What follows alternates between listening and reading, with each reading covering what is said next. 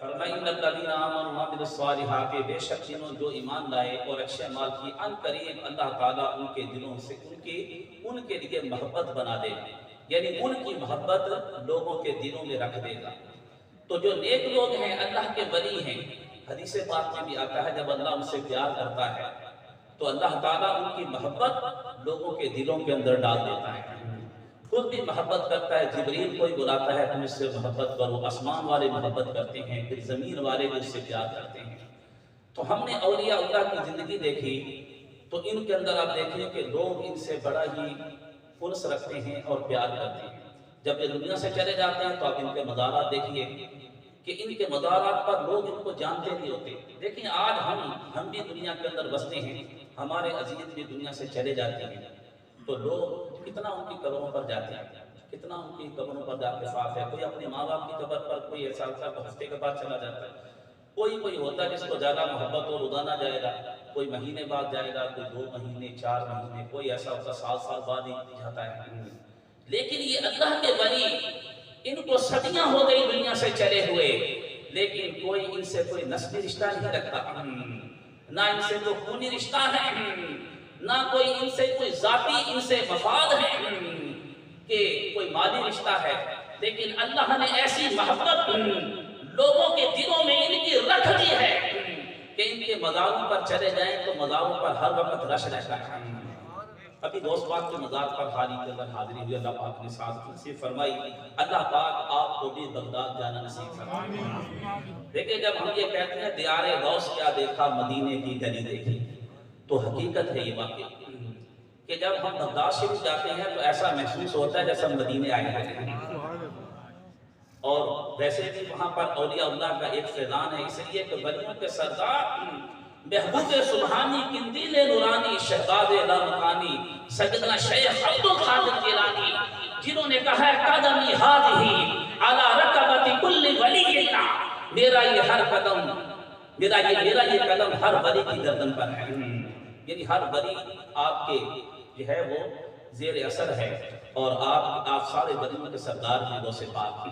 تو غوث اعظم رضی اللہ تعالیٰ کی برکت سے اللہ تعالیٰ مختلف اولیاء اللہ کی بھی زیارت کی سعادت عطا فرما دیتا ہے، یعنی غوث پاک اپنے در پہ بلاتے ہیں تو اور بھی کئی وہاں پر بغداد شریف میں اولیاء اللہ ہیں، ان کے مزارات پہ حاضری جانے کا جو ہے حاضری کا موقع ملتا ہے۔ غوث پاک کا در تو ایسا ہے کہ وہاں پر ایسا سکون میسر آتا ہے جائیں کہ سبحان اللہ، دل جو ہے اندر سے تر و تازہ ہو جاتا ہے، یعنی غوث پاک کے مزار کے پاس بیٹھیں تو آپ سمجھیں گے کہ میرے دل کے اوپر ایسے اثرات وارد ہو رہے ہیں جیسے کہ تجلیات کی بارشیں شروع ہیں یہاں پر۔ سبحان اللہ، اللہ تعالیٰ آپ سب کو نصیب فرمائے۔ اچھا، جب غوث پاک کے در کی ہمیں حاضری نصیب ہوئی اس سال، تو ایک اور مزار بھی ہے غوث پاک کے مزار کے تقریباً 3 سے 4 کلومیٹر دور ہے، سیدنا شیخ شہاب الدین سہروردی رحمۃ اللہ تعالیٰ علیہ۔ یہ جو سیدنا شیخ شہاب الدین سہروردی ہیں یہ غوث پاک کے ڈائریکٹ مرید ہیں، اور ہمارے یہاں جو ملتان شریف کے اندر سیدنا بہاؤالدین زکریا ملتانی رحمۃ اللہ تعالیٰ علیہ ہیں کہ ان کے پیر و مرشد ہیں، اور سلسلہ سہروردیہ کے یہ امام بھی ہیں۔ اچھا، ان کے مزار پر بھی حاضری کی ساز لی، اور یہ بھی بڑا پرکیف ہے، اور ایسا بھی دل پر اثر ہوتا ہے کہ سبحان اللہ پاس کھڑے ہو جاتے ہیں۔ تو سیدنا شہاب الدین سہروردی کے مزار پر جو گئے تو وہاں پر ایک اور قبر بھی نظر آئی قریب میں، تو وہاں پر جو قریب قبر ہے تو پوچھا کہ کہتے ہیں کس کی قبر ہے؟ کہتا ہے کہ یہ خلیفہ معتصم باللہ کی قبر ہے، یعنی اپنے وقت کا بادشاہ تھا اور ٹھیک ٹھاک تھا، اور یہ وہ شخص تھا کے بارے میں کئی ساری امام احمد بن حنبل کو کوڑے مروائے تھے۔ اس کے بارے میں کہا جاتا ہے کہ یہی تھا کہ امام احمد بن حنبل کو اس نے کہا تھا کہ تم قرآن کو، اللہ تعالیٰ کے کلام کو، جو اللہ تعالیٰ قرآن ہے، تم اس کو مخلوق مانو، یہ مخلوق ہے۔ دیکھیں جو الفاظ ہوتے ہیں جو ہم پڑھتے ہیں، جو ہم بولتے ہیں، جو لکھے جاتے ہیں، وہ تو حادث ہوتے ہیں، لیکن جو اصل میں مضمون جو اللہ کا کلام ہے وہ قدیم ہے۔ تو آپ فرماتے ہیں کہ اللہ جیسا ہمیشہ سے ہمیشہ تک ہے تو اللہ کا کلام بھی ہمیشہ سے ہمیشہ تک رہے گا۔ اللہ تعالیٰ کا کوئی کسی وصف و فنا نہیں ہے، لیکن وہ معتزلہ کے زیر اثر تھا، اس لیے اس نے سیدنا امام احمد بن حنبل کو مامون کے بعد اس نے بھی تشدد کا نشانہ بنایا۔ کہتے ہیں سیدنا امام احمد بن حنبل کو 1000 کوڑے مارے گئے، آپ جسم سے خون بہتا تھا، لیکن سیدنا امام احمد بن حنبل اپنے موقف سے رتی برابر بھی ہٹے نہیں پیچھے. آپ فرماتے تھے جنازے فیصلہ کر دیں گے کہ کون حق پر ہے. جس دن امام احمد بن حنبل کا انتقال ہوا اتنے لوگوں نے نماز جنازہ پڑھی. کہتے ہیں کہ کئی ہزار لوگ آپ سے جنازے کے اندر شریک ہوئے. بعد کے ذمن میں بات آ گئی تو خلیفہ معتصم باللہ کا بھی وہاں پر اندر قبر ہے. وہاں پر شیخ شہاب الدین سہروردی کے مزار پر تو لوگ فاتحہ پڑھتے ہیں، معتصم کی قبر پر کوئی فاتحہ نہیں پڑھتا. نہ وہاں کسی خلیفہ کی قبر پر فاتحہ لوگ پڑھنے کے لیے جاتے ہیں. بغداد میں لوگ جائیں گے تو غوث پاک کے مزار پر جائیں گے، حضرت سیدنا جنید بغدادی کے مزار پر جائیں گے، سر ستی کے مزار پر جائیں گے، معروف کرکی کے مزار پر جائیں گے رحمت اللہ تعالیٰ علیہ، اور حضرت سیدنا بہلول دانا کے مزار پر جائیں گے، ابراہیم خواص کے مزار پر جائیں گے، امام غزالی کے مزار پر جائیں گے، اور اس کے ساتھ ساتھ حضرت سیدنا امام موسیٰ کاظم کے مزار پر جائیں گے. لیکن کسی خلیفہ کی قبر پر کوئی نہیں جائے گا وہاں پر. کیوں؟ اس لیے کہ اللہ تعالیٰ نے اپنے ولیوں کو لوگوں کے دلوں کے اوپر ایک ایسی حکومت اور ایک سلطنت عطا کی ہے. وہ ایسی سلطنت ہے، یہ ایسی نہیں ہے بادشاہوں کی یہ دنیا سے چلے جائیں تو ان کا تخت چلا گیا، ان کا کوئی ذکر کرنے والا باقی نہیں بچے گا. اللہ کے ولیوں کو اللہ نے ایسی سلطنت عطا کی ہے دلوں کے اوپر، ایسا قبضہ عطا کیا ہے. ان کو صدیاں بیت گئیں، دنیا سے جانے کے بعد آج بھی لوگوں کے دلوں کے اندر یہ زندہ ہیں. نہ صرف لوگ دور دراز سے آتے ہیں، ان کو سلام کرتے ہیں، ان کو اظہار ثواب بھی کرتے ہیں، ان کا نام لینا اور ان کے مزار پر آنے کو اپنے لیے فخر جانتے ہیں. یہ اللہ پاک نے ان کو انعام فرمایا. یہ قرآن کی وہی آیت ہے کہ بے شک اللہ تعالیٰ جو ایمان لاتے ہیں، عمل صالح کرتے ہیں، ان کے لیے اللہ تعالیٰ لوگوں کے دلوں کے اندر محبت ڈال دیتا ہے. یہ جو صاحب سلطنت ہیں، ان کی قبروں پر لوگ فاتحہ پڑھنے کوئی نہیں آتا، نہ کوئی فخر محسوس کرتا پاس کھڑے ہونے پر. انہوں نے دنیا کے اندر رنگینیاں اور جو بھی انہوں نے دنیا اپنی کمائی ظلم و ستم کیے، لیکن یہ اللہ کے ولی ہیں جنہوں نے اپنی زندگی کے اندر بھی خلق خدا جو ہے ان کی نصرت کی، خلق خدا کی انہوں نے حاجت روائی کی. بعد وصال کی حاجت روائی کر رہے. غوث پاک کے مزار ایسا ہے، ایسا لگتا ہے لوگ مزار سے ایسے چمٹے ہیں جیسے کہ ایسے لگتا ہے کہ جیسے شہد کی مکھیاں چھتے کو چمٹی ہوئی ہیں. یعنی غوث پاک کے مزار کے قریب سے ہٹنے کو کسی کا دل ہی نہیں چاہتا، تو جو چلا جائے دل کرتا ہے یہیں پڑا رہے. حضور غوث پاک محبوب سبحانی کے مزار پر تو یہ اللہ تعالیٰ نے ان کو حکومت عطا کی ہے. اعلیٰ حضرت کا ایک رسالہ ہے جس میں آپ نے فتاوی رضیہ شریف میں فقہ شہنشاہ اس کا نام ہے، اس میں آپ نے حضور غوث پاک کو شہنشاہ بغداد کہنے پر تحقیق فرمائی پوری کہ شہنشاہ، آپ کو شہنشاہ کہنا بالکل درست کہ آپ شہنشاہ اولیاء ہیں. تو اس کے اندر جو ہے غوث پاک کا ایک واقعہ ذکر کر کے پھر ندیم بھائی بھی بیٹھے انتظار کر رہے ہیں اور یہ غوث پاک کی محفل اس طرح کا آپ کا واقعہ بھی بیان کریں انشاءاللہ. اس کے بعد انشاءاللہ محسن صاحب بھی بیان کریں گے آ کر. تو اس میں ایک واقعہ آپ نے بیان کیا کہ حضور غوث پاک کے ایک مرید تھے. کہتے ہیں کہ ایک دن ہم جامع مسجد کی طرف غوث پاک کے ساتھ گئے. جب اپنے گھر سے نکلے تو میں غوث پاک کے ساتھ تھا. غوث اعظم رضی اللہ تعالیٰ جیسے ہی بات تشریف لائے تو میں نے دیکھا کہ لوگ زیادہ غوث پاک رضی اللہ تعالیٰ کی طرف موو نہیں کر رہے. ویسے ہوتا ہے کہ جب باہر آتے ہیں تو لوگ ہاتھ چھونے لگ جاتے ہیں نیک لوگوں کے، اور ولی جب آتا ہے تو لوگ دستبوسی کرتے ہیں. دیکھا کہ غوث پاک رضی اللہ تعالیٰ کی طرف لوگ زیادہ متوجہ نہیں ہیں، کوئی ادھر ادھر تو متوجہ ہیں اور ادھر ہے. میں نے دل کے اندر یہ بات سوچی کیا وجہ ہے کہ کیا لوگ غوث اعظم کی طرف متوجہ کیوں نہیں ہیں آج؟ کیا یہ غوث اعظم کو پہچانتے نہیں ہیں؟ کیا وجہ ہے؟ کہتے یہ خیال میرے دل کے اندر آنا تھا.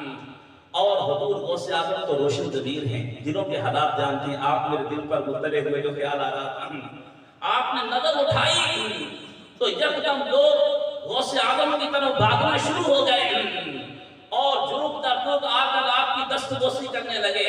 اتنا جو ہے وہ جمع غفیر جمع ہو گیا. یہ کہتے ہیں میں تو پیچھے رہ گیا اور غوث اعظم آگے مجمع کے اندر، اور میں حیران و پریشان پھر میں دل میں کہنے لگا کہ وہی حالت تو اچھی تھی، حضور کا قرب تو نصیب تھا، میں قریب تھا. یہ دل میں خیال آنا تھا. چاروں طرف سے لوگ امڑ پڑے، غوث اعظم کی دست بوسی کرنے لگے اور میرے دل میں بار بار یہ آ رہی تھی. میں نے کیوں سوچی یہ بات یہ کیوں میں نے سوچا کہ غوث اعظم کے ساتھ وہی حالت اچھی تھی جو آپ کے ساتھ چلا جا رہا تھا، برکتیں لوٹ رہا تھا، اب یہ لوگ آ گئے درمیان کے اندر، کہتے تھوڑی دیر گزری غوث پاک نے توجہ فرمائی، سارے لوگ ہٹ گئے اور جامع مسجد کے دروازے تک میں آپ کے ساتھ پہنچا، غوث پاک نے میری طرف نظر کی اور یہ فرمایا لوگوں کے دل ہماری مٹھی کے اندر ہیں۔ کیا فرمایا؟ لوگوں کے دل ہمارے مٹھی کے اندر ہیں، جب چاہیں ہم ان کو اپنی طرف مائل کر لیں، جب چاہیں اپنے آپ سے دور کر دیں گے۔ تو یہ آقا رضی اللہ عنہ نے یہ بات ثابت کی ہے کہ جو اولیاء اللہ ہوتے ہیں اللہ تعالیٰ ان کو ایک ایسی قوت، ایک ایسی ہے طاقت ان کو ایسی عطا کرتا ہے کہ ان کی مٹھی کے اندر عوام کے دل ہوتے ہیں۔ یعنی بات مثال کیسے سمجھنا ہے کہ مزار پرانوار پر تجلیات کی بارش ہے۔ ویسے تو آپ دیکھیے باہر سے کوئی کھانا کھانا جائے گا تو اچھی خاصی جیب اس کی ڈھیلی ہو جائے گی، اور خاص طور پر بغداد میں جائیے گا تو اچھی رقم دے کے جائیے گا، وہاں پر اگر آپ کو مہنگائی بھی زیادہ ملے گی، تو لہذا وہاں پر جو ہے اگر باہر سے کھانا جائے گا ہو سکتا ہے کہ آپ کو 2-3 ہزار دینار کا خرچ ہو جائے، صرف چائے کا ایک کپ ہی آپ کو جو ہے وہ 500 دینار کے اندر ملے گا وہاں پر جا کے، تو لہذا جو ہے وہاں پر جا کر پیسے بھی اچھے رکھنے پڑتے ہیں ساتھ۔ لیکن غوث پاک کا دیار ایسا ہے، آپ وہاں رہیں گے تو آپ کی جوانی خرچ نہیں ہوگی وہاں پر۔ اچھا غوث پاک کے در پر ایسے مہمان نوازی ہے، تو میں زندگی ایسا کیا ہے چاروں طرف سے اتنے لوگ آ رہے ہیں لیکن کھانا کم نہیں پڑ رہا کسی کے لیے، ہر بندہ پیٹ بھر کر کھا رہا ہے اور وافر مقدار میں کھا رہا ہے، لیکن کھانا کہیں کم نہیں ہے۔ اچھا دوسرے مزارات کو گئے ادھر بھی گئے لیکن ایسا کوئی معاملہ نہیں، لیکن غوث پاک کے دیار کے اوپر ایسا معاملہ ہے، ایسا معاملہ ہے کہ جب چلے جاؤ غوث پاک کی مہمان نوازی تیار ہے وہاں پر۔ کہتے ہیں کہ اس کی وجہ یہ ہے کہ غوث پاک نے اللہ تعالیٰ سے مہمان نوازی مانگی ہوئی ہے، کھانا جو ہے کھلانے کو آپ نے پسند فرمایا اور کھانا کھلانے کو آپ پسند کرتے تھے اور اپنی زندگی کے اندر یہ دسترخوان جاری کیا ہے، اور آپ کے وصال کے بعد بھی جو خلق خدا ہے وہ غوث پاک کے آستانے سے آ کر مستفید ہو رہی ہے، پل رہی ہے، کھا رہی ہے، لیکن ان کا ایک پیسہ بھی نہیں لگ رہا وہاں پر۔ کسی نے کہا کہ تیرے در سے دنیا پلی غوث اعظم، تو غوث اعظم کے دسترخوان دنیا میں جگہ جگہ ہیں، اس لیے کہ میرے غوث پاک نے کھانا کھلانے کو مہمان نوازی کو پسند کیا ہے۔ یہ ان کا فیضان ہے کہ لوگ آتے ہیں وہاں پر، اتنے مہنگے شہر کے اندر ان کا 1 روپیہ بھی خرچ نہ ہوا اور ایسا بہترین کھانا غوث پاک کے در پر کھاتے ہیں۔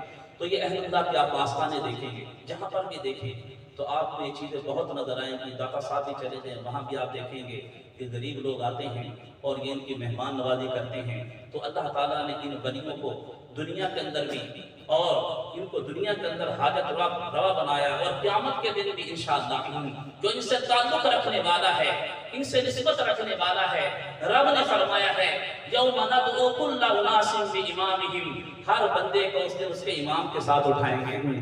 تو یہ ہمارے مقتدی ہیں، ہمارے امام ہیں، دنیا کے اندر ان کا دامن کرم تھام لو تم، دنیا میں ان کے اندر دامن کرم ان کا تھام لو۔ میرے غوث پاک نے فرمایا ہے جو یہ کہہ دے کہ میں عبد القادر کا مرید ہوں تو مرید میرے مریدوں کے اندر وہ داخل ہے، جو یہ کہہ دے جو یہ کہہ دے کہ میں غوث پاک کا مرید ہوں تو غوث پاک کے مریدوں کے اندر داخل ہے، اور وہ قیامت کے دن غوث پاک کا مرید ہوگا۔ تو جو دنیا کے اندر ان کا دامن تھام لے قیامت کے دن بھی اپنے دامن قدم کو جھٹکیں گے نہیں۔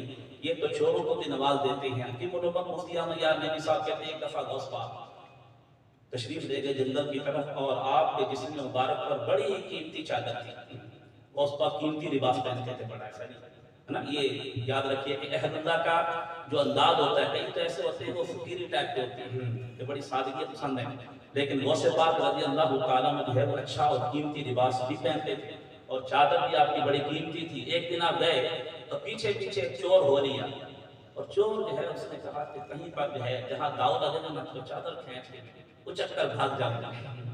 اچھا غوث پاک کو اس کے پیچھے آنے کی ظاہری بات ہے خبر ہو گئی۔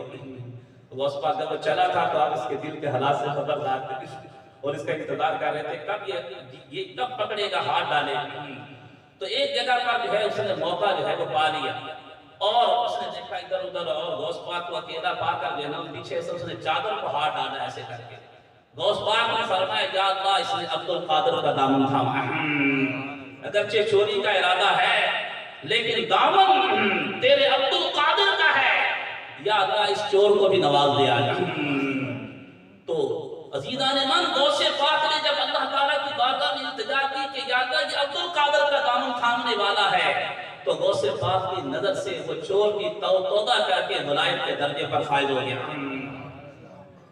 کہ بلا کر دیتے ہیں یہ چوروں کو ابدال کا رتبہ، یہ چوروں کو آ کر ابدال کا رتبہ عطا کر دیتے ہیں۔ چور چوری کرنے آیا لیکن جو ہے اللہ پاک نے غوث پاک کی برکت سے اس کو ولایت کے درجے پر فائز کر دیا۔ تو غوث اعظم کا دربار بڑا عظیم دربار، اور اللہ پاک نے بڑی ہی آپ کو روحانیت عطا کی ہے، اور یہ روحانیت اس قدر ہے کہ آج منصور بھائی کے گھر پر محفل ہے، تب کسی اور عاشق رسول کے گھر پر ہوگی۔ غوث پاک کا نام لینے کو فخر جانتے اور حقیقت میں فخر ہے بھی کہ غوث پاک واقعی غوث پاک ہیں، ولیوں کے سردار ہیں اور اہل اللہ کے سردار ہیں۔ جب تک آپ کسی ولی کے اوپر مہر نہ لگائیں تب تک ہے ولایت کے درجے میں آگے وہ بڑھتا ہی نہیں ہے۔ اس لیے آپ کو پیران پیر روشن ضمیر کہتے ہیں۔ اللہ تعالیٰ آپ کے صدقے ہم سب کی بے حساب بخشش و مغفرت فرمائے، اور ہمیں بھی بغداد معلیٰ کی اور نجف اشرف کی، امام حسین رضی اللہ تعالیٰ کے روضہ پاک کی، کربلا شریف کی حاضری سب کو زندگی میں کم از کم ایک بار تو نصیب فرمائے، اور بار بار جانا بھی اللہ تعالیٰ نصیب کرے۔ آمین بجاہ نبی امین صلی اللہ علیہ وسلم۔